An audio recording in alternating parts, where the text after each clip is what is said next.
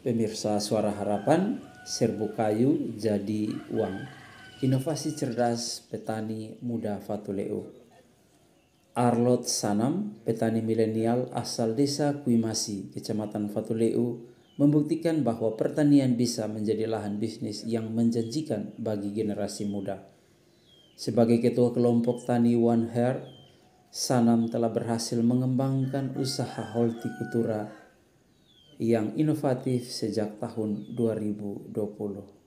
Kepada Suara Harapan, Kamis 1 Agustus 2024, mengatakan kami saat ini bergerak di bidang hortikultura, yaitu budidaya jamur tiram dan bawang, varietas Lokananta, serta pembibitan cabai dan bawang. Inovasi utama Sanam terletak pada budidaya jamur tiram yang mengusung slogan mengubah sampah menjadi berlian. Ia memanfaatkan limbah serbuk gergaji dari tempat penggergajian kayu atau somel sebagai media tanam utama. Bahannya cuma 3, serbuk kayu, dedak, dan kapur. Dengan metode ini, ia mampu memproduksi sekitar 500 Baik, di media kesempatan tanaman per siang hari. ini saya ada bersama dengan kakak siapa? Kakak Arlot Sanam. Kakak Arlot Sanam ya? Kakak Arlot Sanam adalah petani milenial yang sementara ini ada di desa Kuimasi, Kecamatan Fatuleu, Kabupaten Kupang, Provinsi Nusa Tenggara Timur.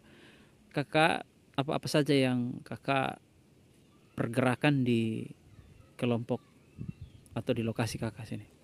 Kami saat ini bergerak di bidang hortikultura, yaitu ada budidaya jamur tiram, kemudian bawang Lokananta, varietas Lokananta, kemudian kami juga buat pembibitan cabai dan bawang.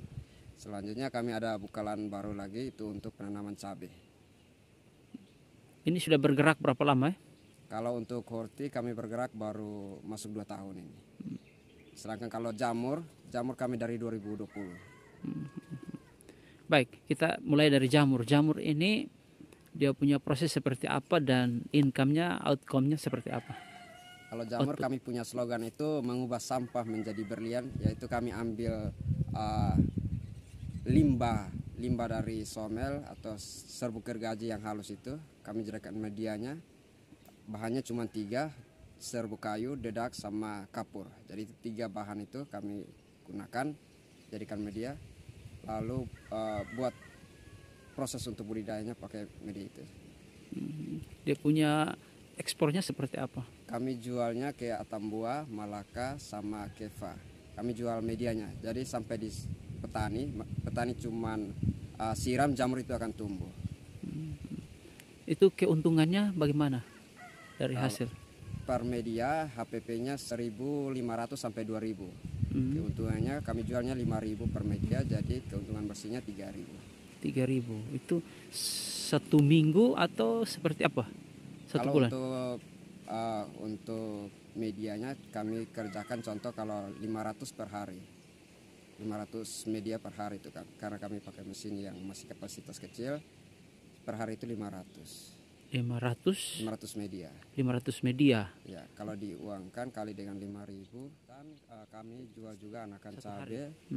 Per soil block itu kami jual dengan harga Rp200. Rp200. Itu dijual kemana pasaran? Kami jual ke petani-petani yang membutuhkan. Petani-petani yang membutuhkan ya. Oke, sejauh ini keterlibatan atau kepedulian dari pihak pemerintah seperti apa di kelompok One Heart ya? One Heart. Kami juga berkolaborasi dengan Dinas Pertanian Kabupaten, Provinsi juga, sama pusat. Ada bantuan-bantuan apa saja yang sudah masuk ke sini? Kalau ini greenhouse dari Dirjen Tanaman Pangan dan Hortikultura yang dipantau oleh Dinas Provinsi sama Dinas Kabupaten. Oh, bantuan cukup besar. Ya, 350 juta. 350 juta. Mau menjadi seorang petani milenial. Saya lihat di sini peluang, Pak. Peluang potensi ya. Potensi. Karena di sini saya punya lahan juga, air juga ada. Kemudian yang saya butuh hanya cuma ilmu dan modal saja. Jadi dari situ saya lihat lahan ada, saya kembangkan. Ya, Pak Kabit, terkait dengan petani milenial yang ada di Basecamp Petani Kabupaten Kupang, dalam hal ini kelompok One Heart Pak Kabit menanggapi Kabit Hortikultura. Ya, menanggapi petani milenial ini seperti apa, Pak? Baik, jadi di Kabupaten Kupang ini dengan potensi lahan yang cukup dan sumber daya tersedia ini, kami berharap bahwa akan muncul dan ada lagi petani-petani milenial yang seperti Adi Arlot ini dengan kesadarannya sendiri untuk bagaimana memberdayakan sumber daya yang ada pada wilayahnya.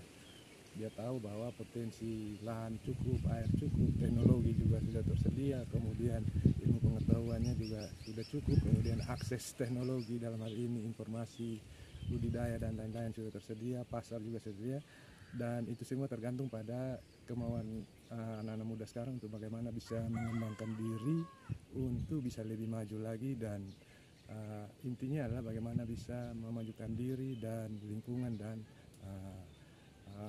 komunitas sekitarnya, dalam ini pemuda-pemuda yang ada di tingkat desa terendah seperti itu.